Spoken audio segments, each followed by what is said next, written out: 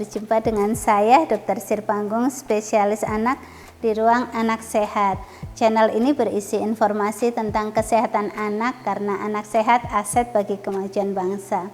Pada kesempatan kali ini kita akan membahas tentang MPASI, tinggi protein hewani cegah stunting.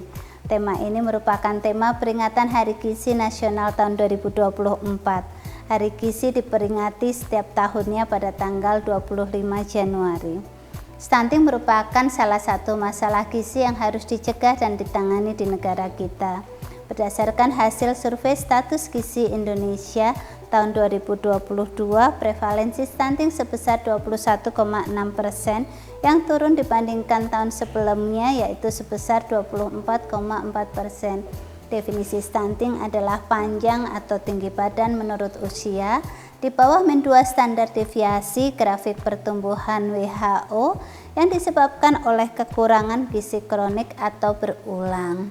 Kekurangan gizi kronik atau berulang bisa dikarenakan asupan gizi yang tidak adekuat, misalnya karena kemiskinan, penelantaran, dan ketidaktahuan, dan bisa dikarenakan peningkatan kebutuhan gizi, misalnya anak sering sakit karena sanitasi atau higien perorangan yang buruk, penyakit yang bisa dicegah dengan imunisasi, riwayat PPLR, prematuritas, dan kelainan metabolisme.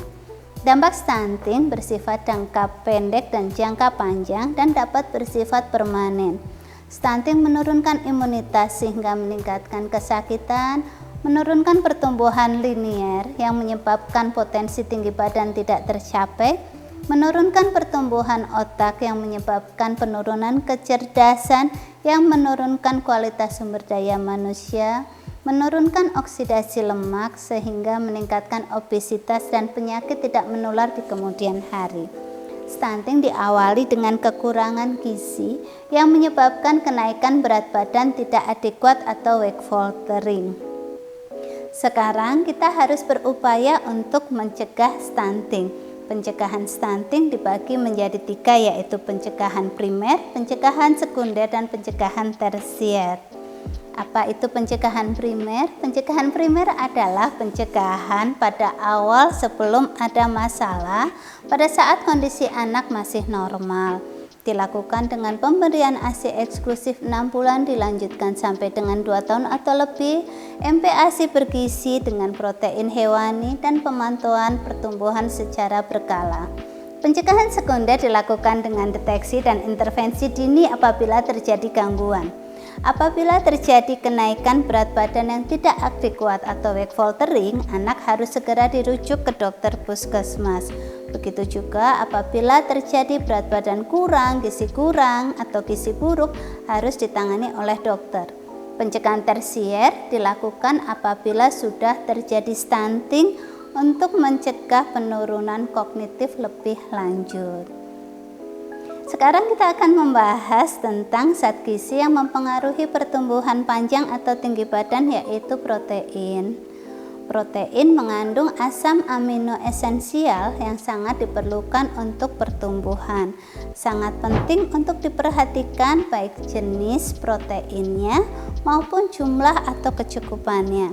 Perbandingan protein dan energi rasio di mana 1,6 gram protein per 100 kilokalori terbukti akan menghasilkan penambahan berat badan yang baik pada anak.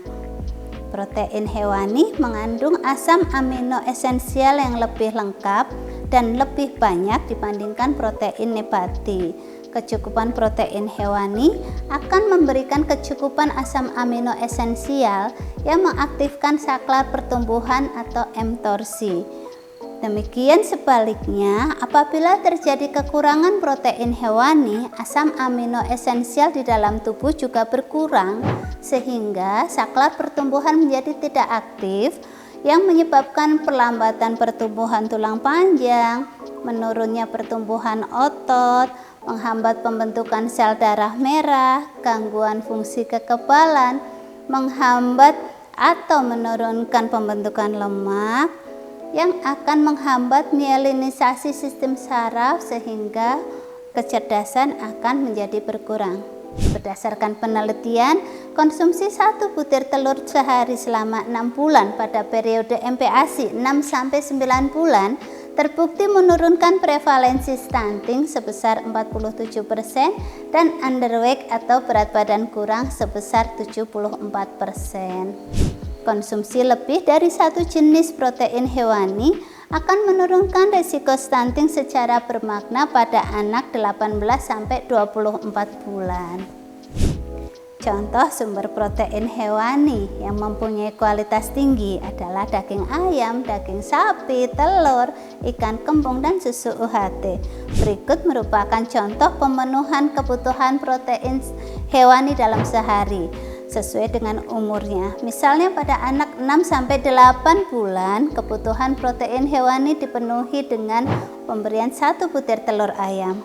Pada anak 9-11 bulan, pemenuhan kebutuhan protein hewani untuk sehari bisa dipenuhi dengan 1 butir telur ayam ditambah dengan setengah hati ayam.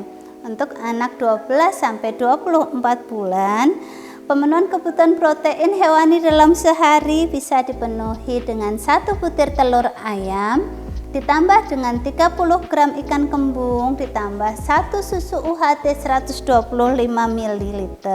Untuk usia 24-60 bulan, pemenuhan kebutuhan protein hewani sehari dipenuhi dengan pemberian 2 butir telur ayam ditambah dengan 1 hati ayam ditambah 2 susu UHT 125 ml atau 30 gram ikan teri. Demikian pembahasan kita tentang MPASI tinggi protein hewani cegah stunting ayah bunda. Ayo berikan protein hewani setiap hari untuk mencegah stunting. Semoga bermanfaat. Jangan lupa subscribe, comment, like, and share. Terima kasih.